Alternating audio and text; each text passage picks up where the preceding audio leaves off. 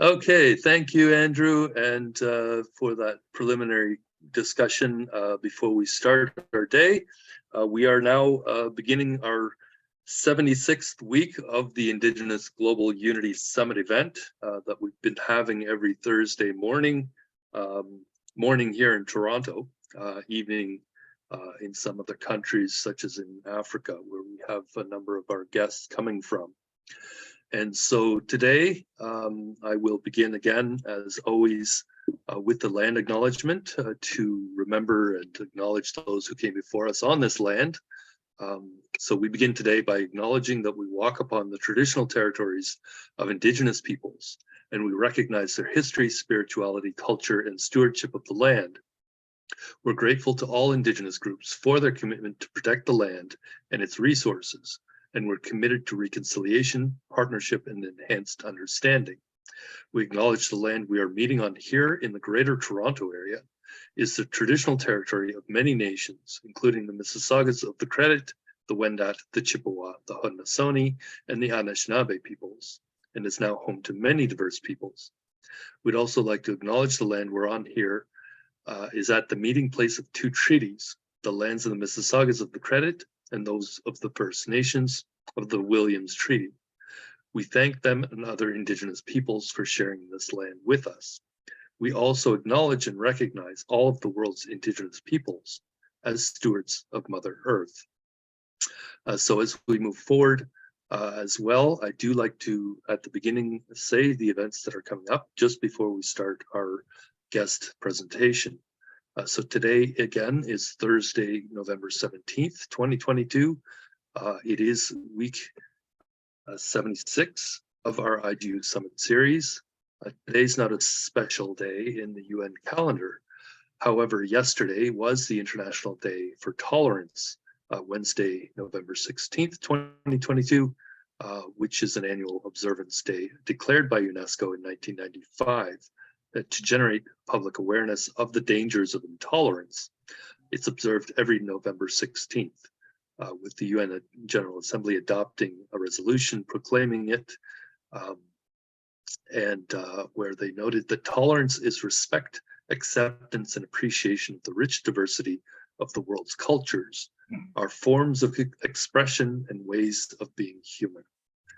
So I am going to put a little bit of history into the chat, because some of the related observances that are related to this event include the 1915 return of Gandhi to India from South Africa, the 1963 I Have a Dream speech from Martin Luther King, the act or the Civil Rights Act being enacted in 1964, the year later, as well as the birth of the International Day of Tolerance in 1995. And so that additional information is there. I do want to mention as well, 1 week ago today, so last Thursday was also World Science Day for Peace and Development. So Thursday, November 10th, which is a celebration that highlights the important role science plays in society and seeks to involve the wider public in discussions on current science issues. With UNESCO declaring November 10th as World Science Day for Peace and Development in 2001. Again, there is additional information in the chat. Last week was also International Week of Science and Peace, which was first observed in 1986 as part of the observance of the International Year of Peace. This was done in recognition of the value of annual observance, where they adopted a resolution that proclaimed the International Week of Science and Peace to take place during the week in which the 11th of November falls. They celebrate International Week of Science for Peace in consideration that the origins of Drawdown Markham and the CSF program come from our relationship with the organization Science for Peace through our working group, the Community Sustainability Working Group as well. So this is our relationship to science and peace. I do want to mention again that our UnityNet members, all of us, have been invited to attend the Scholastic Foundation Asian Youth Leaders Summit and Awards, the AYLS 2022, which takes place in Kuala Lumpur, Malaysia from December 19th to December 21st. So this is the Scholastic Foundation's annual signature event.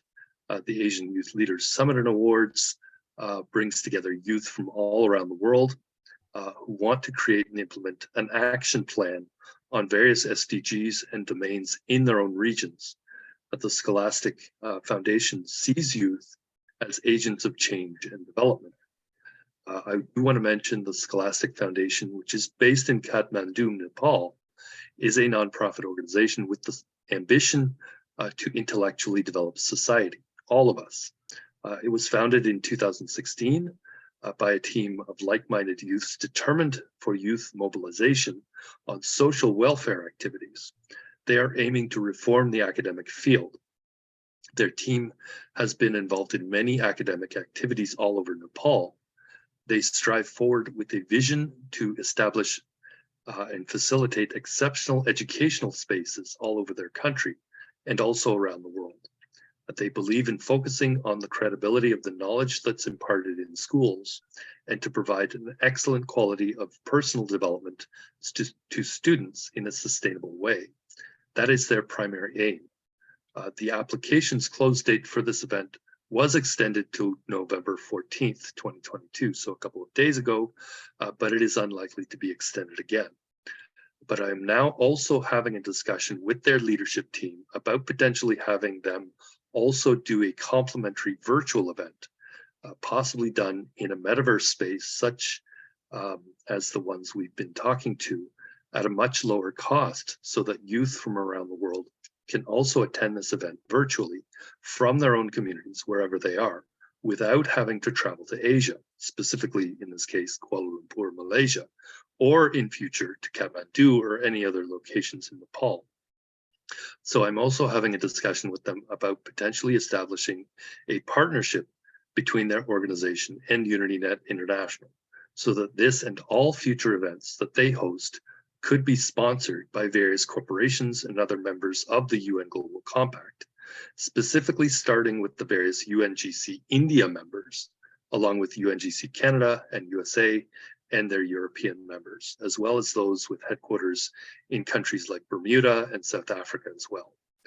So we hope that we can arrange it so that the UN Global Compact organizations and members can provide sponsorship funding that would allow some marginalized youth from various other developing countries, whether in Africa or Asia or here on Turtle Island, to also attend these programs and events in person, so they can have a voice at those gatherings and meetings and have a seat at that table. So we're also, yes. I'm sorry. Well, before you go further, the first requirement is for organizations to actually join the United Nations Global Compact in order to take advantage of any of their benefits, but go right ahead. Yes, yes. So obviously this is the work of EDFU Foundation as well. So while we're also getting exposure to different cultures and experiences, so this is another rationale for having some of these youth travel. So they get exposure to different lifestyles and different ways of living, while also being grounded in the culture of responsibility and collaboration and acceptance and celebration of our differences. So the things that we need to be teaching our young people that are critical to the future of humanity and our overall sustainability, and the ability to not only survive into the future, but possibly also to thrive, even in a warming and more extreme climate and on a planet with many more people. So one of the things I will put into the chat is their request to attend the Youth Leaders Summit and Awards by entering your organization's information at their website. They also have a Facebook. There's also a new Instagram page where they're showcasing that they are breaking some official world records of the Guinness Book of Records. There's also some information a little bit as well, an article I'm posting about the fact that the world's population just hit 8 billion.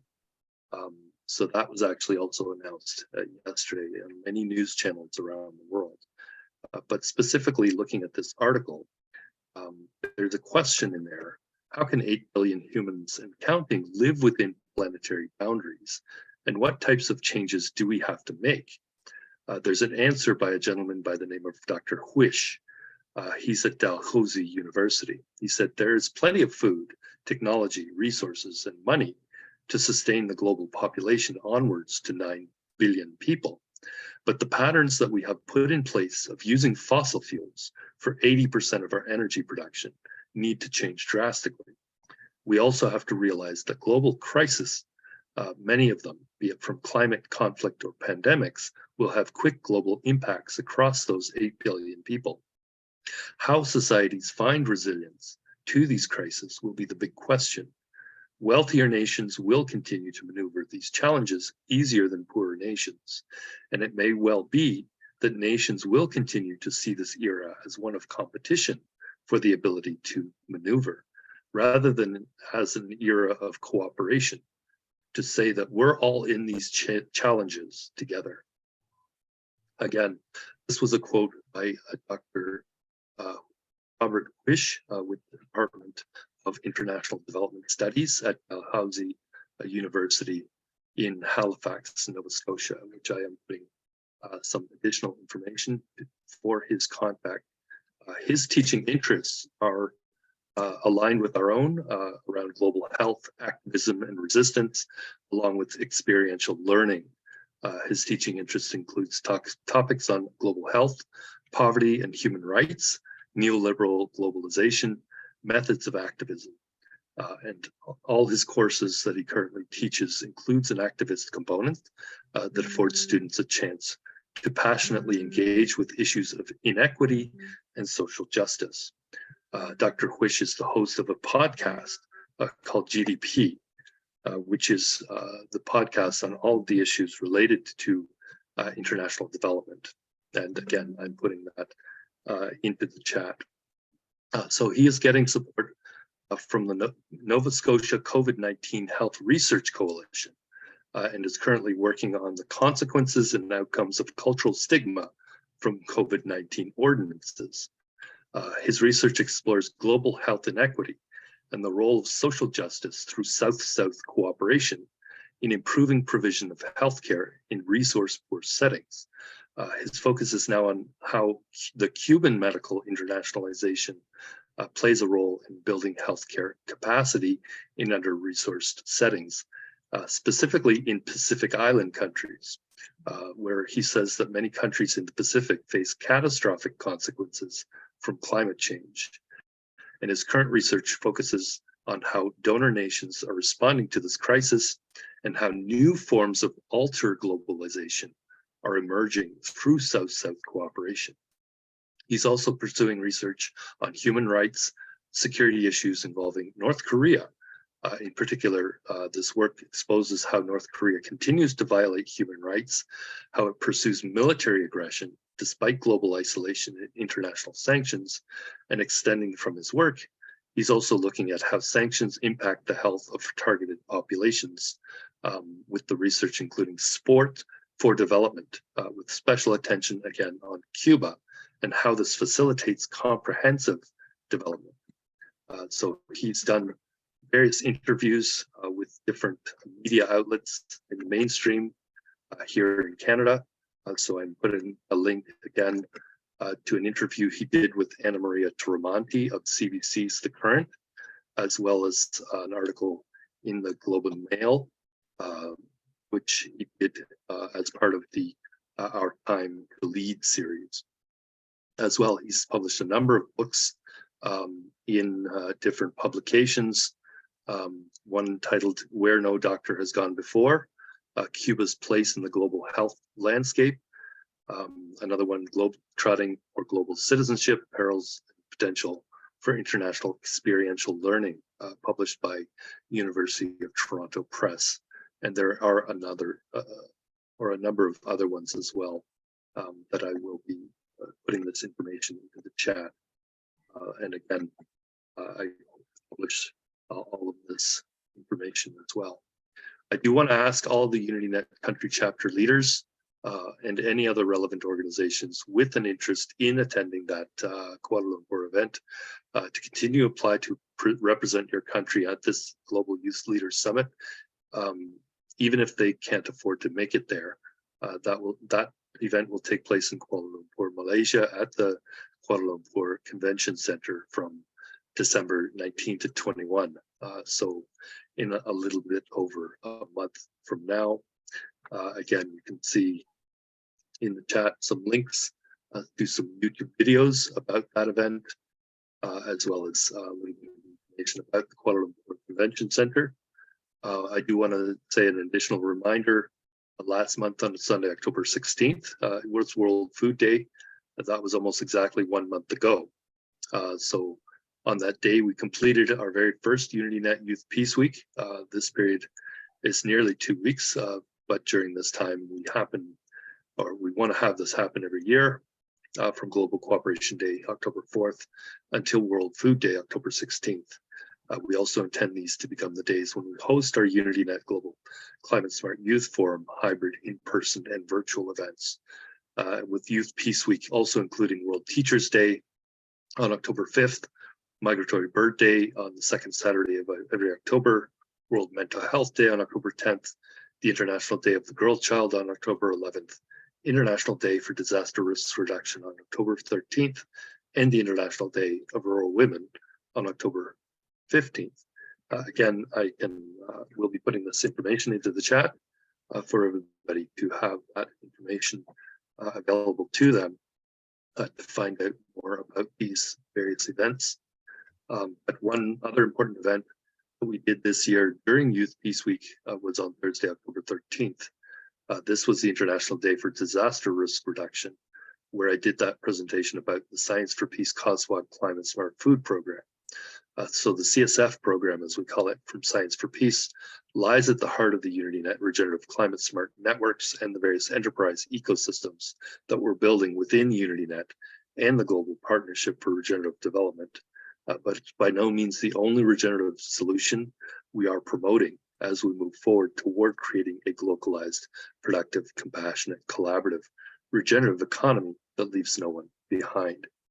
Again, in the chat, you'll find more links to the International Day for Disaster Risk Reduction, as well as the CSF program. There is also a link to the original Beaver project that was developed by the COSWAG and the Tree Planting Project Africa discussion group that we created at that time. So the Science for Peace Protocols discussion group is also in the chat, along with the consulting group we created and the other LinkedIn and Facebook groups that are affiliated with these organizations that we are building around the world.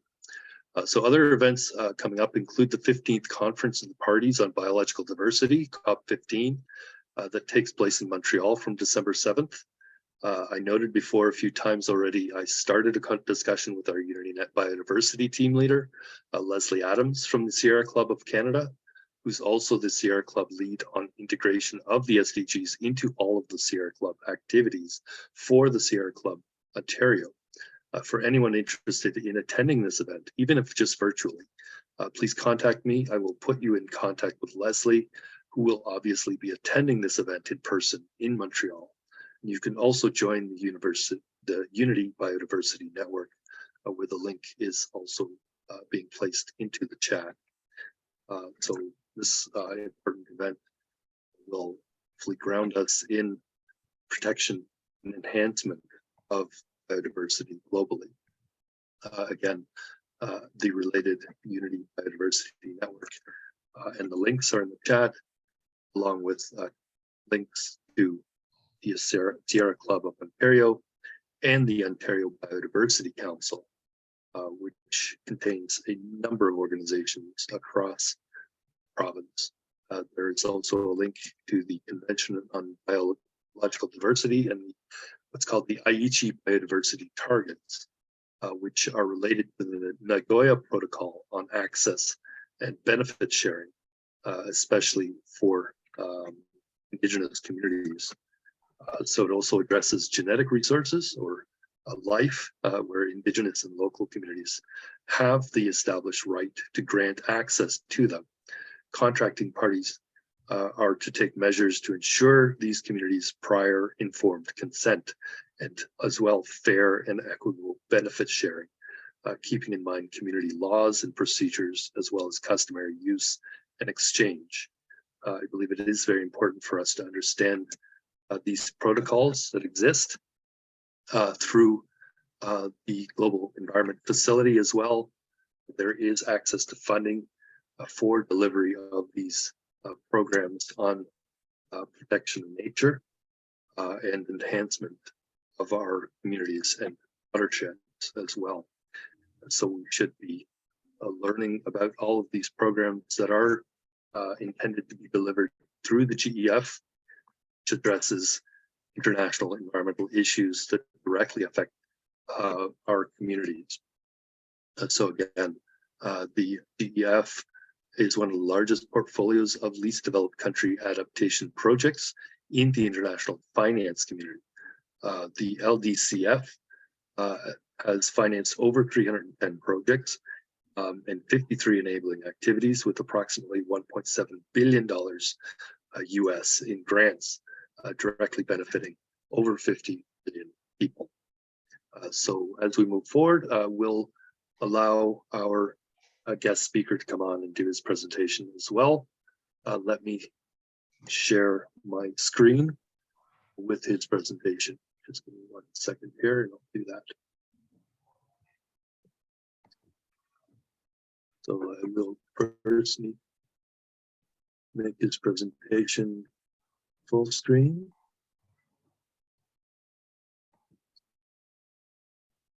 The ball's in your court. Yep, thank you. Just trying to find the little tools here, view.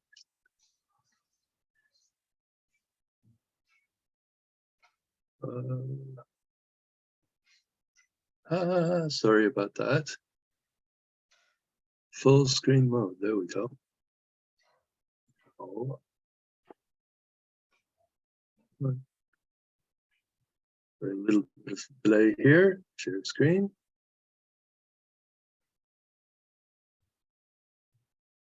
And by the way, Lloyd, for the information you put into the chat, is that in one document you could share, or is that not in one document you could share? I will this be making a document with all of these notes, and everything that's being put into the chat will be in a document, a PDF that I can again share on the web as we did before. I will be doing that again for the Drawdown Markham event that we had on Tuesday. It's definitely in my to-do list. I just have many other things that I tend to have to do first as we. Okay, is Patrick still here? Oh, by the way, I'm going to stop recording and start, so we'll have the complete presentation in just a moment here.